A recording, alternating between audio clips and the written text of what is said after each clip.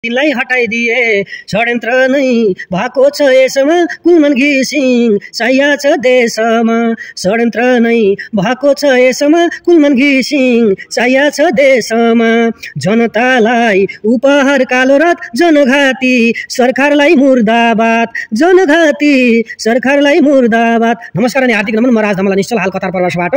भर्खरै मात्र सरकारले एकदमै अनैतिक काम गर्यो भन्दा फरक पर्दैन र अन्यायपूर्ण काम गरेको छ कुलमान घिसिङ, जसले उज्यालो नेपाललाई भनेर चिनिन सक्नु भएको छ र कुलमान घिसिङ हरेक नेपालीको मनमस्तिष्कमा, करोडौं नेपालीको मनमस्तिष्कमा बस्नु भएको छ। 12-18 घण्टासम्म देशलाई लोडसेडिङको मारमा पारेर डुबाएको देशलाई आज मुनाफा दिएर एउटा फाइदाजनक अवस्थामा पुर्याएर विद्युत प्राधिकरणलाई माथि उठाउने कुलमान घिसिङलाई जसरी अन्यायपूर्ण व्यवहार केपी ओली सरकार भन्न चाहन्छु म। केपी ओली सरकार, कांग्रेस र केपी ओलीको गठबन्धन सरकारले यो गलत निर्णय गरेको छ। यसका विरुद्धमा देश विदेशमा जहाँ भए पनि हामीले खबरदारी गर्नुपर्छ भन्दै मैले पनि यसको विरुद्धमा कालो पट्टी बाँधेर, हातमा कालो पट्टी लाएर यो विरोध गरेको छु। यो भिडियो तमाम देशभक्त न्यायप्रेमी जनताहरूको माझ पुर्याइदिन अनुरोध गर्दै यो मेरो भावना यहाँको माझमा पसेको छु। यो विरोध स्वरूप हो, यो अन्यायको विरुद्धमा न्यायको पक्षमा आवाज हो। तपाईहरू जनता जाग्नुपर्छ। फेरि पनि गणतन्त्रमाथि यस्ता विभिन्न छलखेल भएर चाहिँ षड्यन्त्र गरिरहेको छ र यहाँ देशको राष्ट्रको धनलाई खोक्रो पारेर विदेशी भूमिमा लगानी गर्ने जस्ता दलालहरूलाई जबसम्म हामी सरकारमा नेतृत्वमा पुर्याउँछौँ तबसम्म देशले यस्ता राम्रा मान्छेहरूलाई चाहिँ गुमाउनुपर्छ भन्दै सुशासन र समृद्धिको झुटो भ्रम छर्यौ,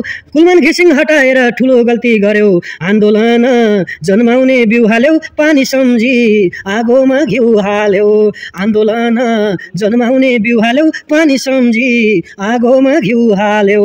लोडसेडिङको अन्त्य गर्ने कुलमान घिसिङ थिए, भ्रष्टाचारी दलाल मिली तिनलाई हटाइदिए, षड्यन्त्र नै भएको हो यसमा कुलमान घिसिङ चाहिया छ देशमा, कुलमान घिसिङ चाहिया छ देशमा। अन्धकारलाई रातलाई उनलाई उज्यालो झन् दिए, अन्धकार रातलाई उनले उज्यालो झन् दिए, कुलमान घिसिङ सब जनताको मनमुटुमा थिए।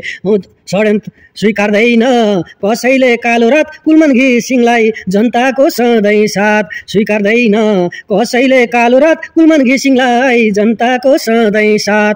फेरि पनि शोषित पीडित एक ढिक्का भई जुटौँ, फेरि पनि शोषित पीडित एक ढिक्का भई जुटौँ, गणतन्त्र रक्षा गर्न देशभक्त उठौँ, देश जनताको भएन कहिल्यै हित, सत्यको नै पक्षमा हुन्छ जित, देश जनताको भएन कहिल्यै हित, सत्यको नै पक्षमा हुन्छ जित।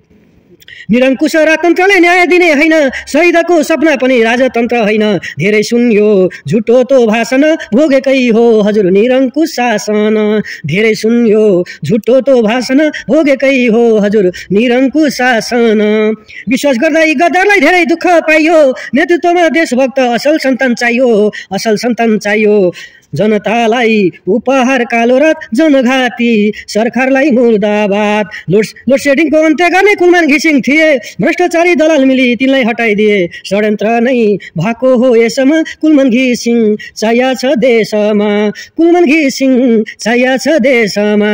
जनघाती जनतालाई उपहार कालो रात जनघाती सरकारलाई मुर्दाबाद, जनघाती सरकारलाई मुर्दाबाद। हो, जनघाती सरकार जसले अन्यायपूर्ण कदम चलाउँछ त्यसको विरुद्धमा हामीले आवाज उठाउनुपर्छ।